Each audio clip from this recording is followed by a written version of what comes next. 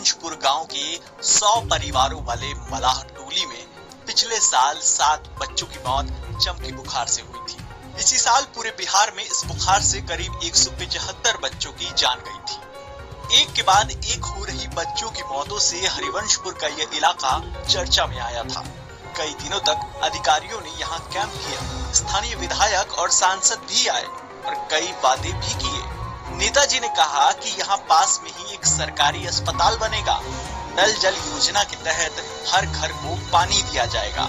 इन वायदों को 1 साल से ज्यादा का वक्त हो चुका है, लेकिन हकीकत की जमीन पर कुछ भी नहीं है। जो है वो आधा अधूरा है। पिछले साल जून में गांव के ही चतरी सहनी के 2 बेटे प्रिंस और छोटू की चमकी बुखार से मौत हो गई थी। चतरी अपने बीमार बच्चों को लेकर पूरी रात पटना और मुजफ्फरपुर घूमते रहे, लेकिन उनकी जान नहीं बचा पाए। चतरी कहते हैं कि मुआवजे का पैसा तो मिल गया, लेकिन इसके अलावा गांव में जो काम कराने के वादे किए गए थे उसमें से एक भी काम पूरा नहीं हुआ। यहाँ पर देखिए सर, बहुत लोग आया था, नेता से लेकर विधायक तक आया था। मैं जैसे बहुतों लोग आया था, उतना कि हम कहाँ नामे नहीं जानते हैं, लेकिन सब लोग आया था, कह के गया था से यहाँ अभी के अभी रोड पास करो, इस गांव में रोड नहीं है, बहुत कचरा है।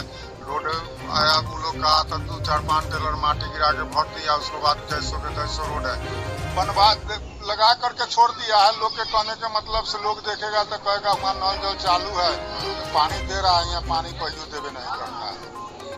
गांव की ही 70 साल की सुधो को तो ये भी याद नहीं कि उन्हें पहली बार कब और कितनी पेंशन मिली थी। कहिया से न मिले यार वृद्धा पेंशन न दै छै, कितना मिले तरह याद है?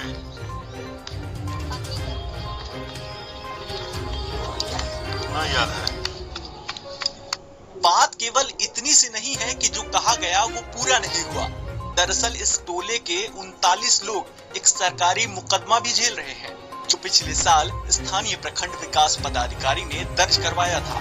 जब गांव में विधायक जी आए तो टोले की महिलाओं ने उन्हें घेर कर नारेबाजी शुरू कर दी थी।